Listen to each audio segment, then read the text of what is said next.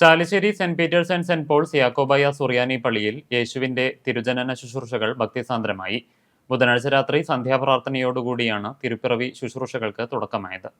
സുത്താറ പ്രാർത്ഥന, പാതിര പ്രാർത്ഥന എന്നിവയ്ക്ക് ശേഷം ക്രിസ്തുമസിന്റെ ഏറ്റവും അനുഗ്രഹകരമായ തീജ്വാല ശുശ്രൂഷയ്ക്കായി വൈദികനും മദ്ബഹ ശുശ്രൂഷകരും വിശ്വാസികളും പ്രദക്ഷിണമായി പള്ളിക്ക് മുന്നിലുള്ള പ്രത്യേകമൊരുക്കിയ തീജ്വാലയ്ക്ക് മുന്നിലെത്തി.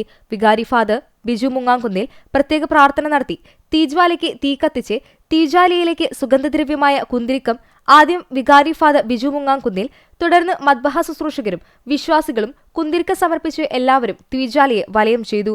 വലിയ നോമ്പിൽ ഓശാനയ്ക്ക് ഉപയോഗിച്ച കുരുത്തോലകളാണ് തീജ്വാലകളിൽ ഉപയോഗിക്കുന്നത്. തുടർന്ന് പള്ളിക്ക് ചുറ്റും പൊന്ന് വെള്ളി കുരിശുകളേന്തിയും കത്തിച്ച മെഴുകുതിരികളുമായി നൂറുകണക്കിന് വിശ്വാസികളും വൈദികരും മദ്ബഹ ശുശ്രൂഷകരും പ്രദക്ഷിണത്തിൽ പങ്കെടുത്തു.